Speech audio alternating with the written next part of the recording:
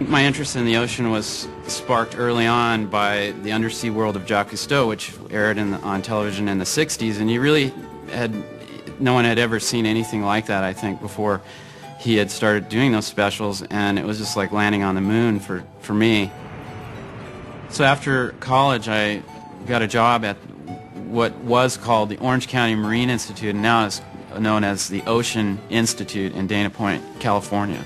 Harry Helling, the director, asked me to do a comic book about tide pool ecology. And so I came up with this idea of doing this comic book called The Intertidal Zone.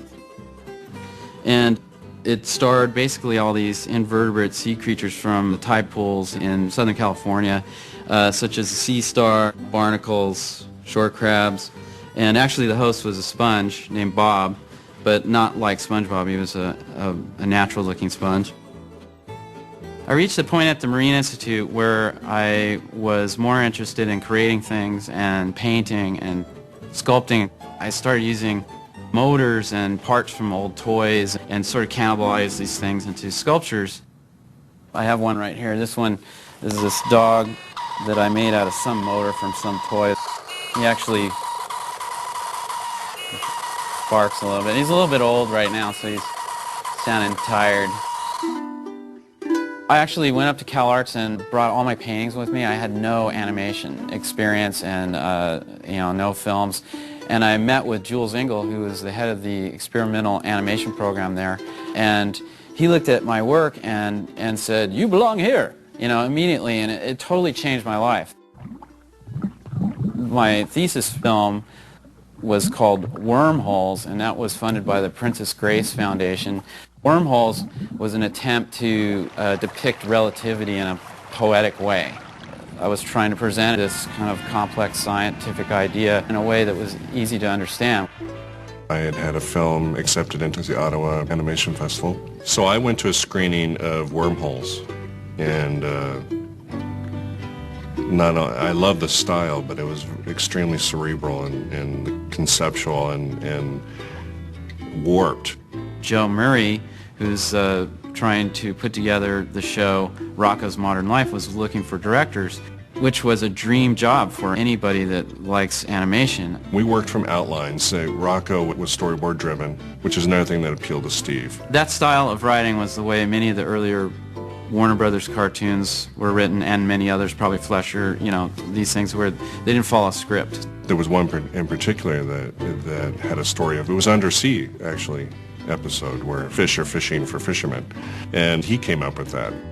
Working on the last season, I remember I was talking with writer Martin Olson about shows and funny animal shows, and so I really thought I don't really have an idea that I'd want to torture myself over for several seasons. And then Martin was looking at the Intertidal comic that I had, and he said, "What, are you crazy? This is your show right here." So I thought I'd like to do a show about an innocent, sort of like a Jerry Lewis Under the Sea kind of thing. I started to think, well, what undersea creature would represent this? And so I just started drawing undersea animals, and I came across the sponge. It was really not very animated. They usually sit pretty quiet on rocks, filter feeding. But it still seemed like a funny shape, so I started drawing these sponges, and then it dawned on me that well, there's a sink sponge, so I drew a square one, and I immediately locked on to the idea of this undersea nerd. And from that point on, I thought, well, that's the star, SpongeBob.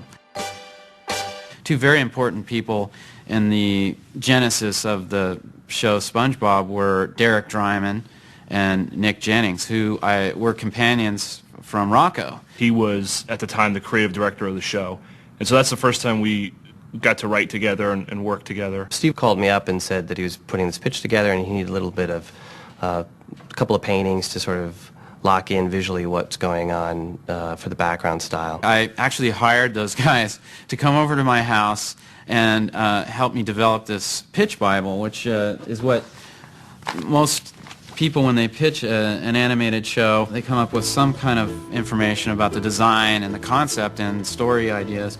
And so Derek and Nick came over, and I would basically work with Derek on the concepts, and then Nick on the other side was working on the art for the pitch Bible. I paint much tighter, render a lot more than we ended up stylizing SpongeBob. And Steve's paintings were exactly the opposite. They were super loose, super rough, and really fun to look at and really colorful. It took a while for me to sort of get into that sort of idea of keeping looser and, getting as loose as possible. We couldn't just translate his style of painting right into animation. It was just a little too loose. I try not to walk in with an idea of my own to inject into, try to force Steve into doing something. I try to wait and see what he's thinking, and then I can react to that. Ultimately, the day came when we had I had this pitch Bible. I had all the characters at least thought out and some storylines, and it was time to pitch the show. And he had on his Hawaiian shirt. He had this whole underwater terrarium with little models of the characters. He had artwork. He had Hawaiian music playing. Also had recorded a version of the theme song just with me singing into a tape recorder, and I implanted it into the shell so that when you lift it up, it plays the theme song. It was pretty amazing.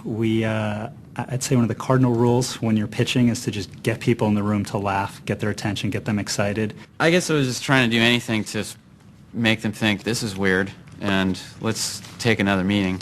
I think one of the most amazing things about his initial pitch, after all of the funny stuff, he had character descriptions and an overview of the world that it was so complete. He knew who his characters were. It was amazing. And if you look back now, these years later, it's all there in the original documents. I loved the idea that he was a marine biologist in a former life, that he studied marine biology. That was a big thing because it was like, well, who's going to know this world better than somebody that's actually interested in this world? I was like, let's just do it. I don't know what this sponge is, but let's do it. They decided to give us money to write a storyboard, and let's see what happens with this. So we had 2 weeks to write the pilot episode. And I came into the room, and there up on the wall was these extraordinary storyboards everywhere.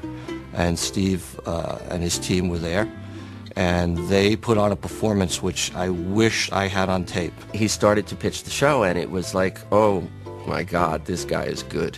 He is funny. He was doing all the voices. He was doing the sound effects. They were laughing. It went really well. And so it was stressful because we knew that was the decision. He acted out every character. He made voices, and the other people came in and chimed in with their voices, and he pointed to the boards, and the kineticism of the boards itself, even in the action sequences where he goes, it bounces off here and off here and off here and bounces there, and he goes here and he goes there and he slaps there, and every sound, you could almost hear every sound effect. So me and Steve and Nick were waiting in the room, and they just walked out, and it was like 5 minutes, and we were worried. We thought it would take weeks. The only reason after the pilot pitch that we took a few minutes to step outside is that we were exhausted from laughing, and we really just had to calm down and figure out the right way to just tell him to go ahead, because we wanted to have some modicum of control of the process. Door opened and Albie walked in. He's like, "Okay, it was great. Let's do it." So after we finished the pilot, they aired it to several people, and Nickelodeon and test groups. So we got a green light to do 13 episodes. That's when the real work began, and that is to find a team to make this show.